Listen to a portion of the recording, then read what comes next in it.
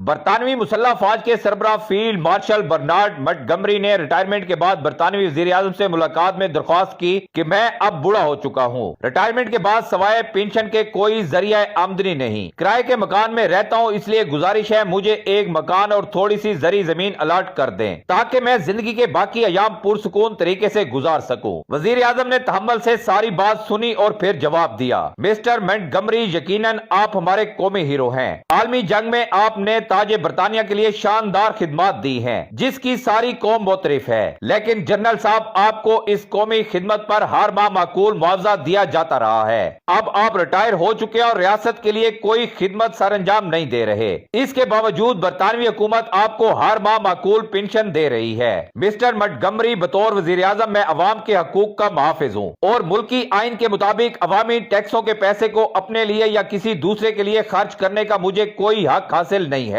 میں آپ سے معذرت خواہ ہوں۔ انکار سن کر فیلڈ مارشل برنارڈ منٹگمری نے غصہ نہیں کیا بلکہ اس نے وزیر اعظم کا شکریہ ادا کیا۔ دوسری جانب ہمارا پیارا وطن پاکستان ہے جہاں پر کوئی بھی آرمی چیف جب ریٹائر ہوتا ہے تو اس کو کروڑوں روپے کی زرعی زمین الاٹ کر دی جاتی ہے۔ صرف یہی نہیں، وہ یہاں پر کروڑوں روپے کی زرعی زمین ٹھیکے پر دے کر خود بیرون ملک اپنے بنائے ہوئے محلوں میں شفٹ ہو جاتے ہیں۔ کیا یہ کھلا تضاد نہیں؟ یہی وجہ ہے کہ اس وقت پاکستان تنزلی کا شکار ہے اور پاکستان کو ہمیشہ دو حصوں میں تقسیم کیا گیا ہے، ایک اشرافیہ کا پاکستان اور ایک عام عوام کا پاکستان۔ پاکستان کی اشرافیہ چاہے وہ جنرلز ہوں، سیاستدان ہوں، بیوروکریٹ ہوں یا بڑے بڑے کاروباری حضرات جیسا کہ آئی پی پیز وغیرہ، ان سب کے لیے پاکستان کا قانون مختلف ہے، جبکہ عام پاکستانیوں کے لیے پاکستان کا قانون اور ہے۔ یہ سب سے بڑی وجہ ہے اس ملک کی تنزلی کی، کیونکہ دولت چند اشرافیہ کے ہاتھ میں رہ جاتی ہے اور غریب دو وقت کی روٹی کمانے کے لیے سوچ جتن کرتا پھرتا ہے۔ سب سے خطرناک بات یہی ہے کہ پاکستان کا جو بھی آرمی افیسر ریٹائر ہوتا ہے یا تو اس کو کروڑوں روپے دے کر باہر شفٹ کر دیا جاتا ہے، جو کہ ملک کے لیے بہت بڑا خطرہ ہے، کیونکہ بہت سارے ملکی راز اس کے سینے میں دفن ہوتے ہیں اور باہر ان کو نکلوانا بہت آسان ہوتا ہے۔ اس لیے جب تک اس اشرافیہ کو عام پاکستانیوں کی طرح ٹریٹ نہیں کیا جائے گا، ملک کبھی ترقی نہیں کر سکتا۔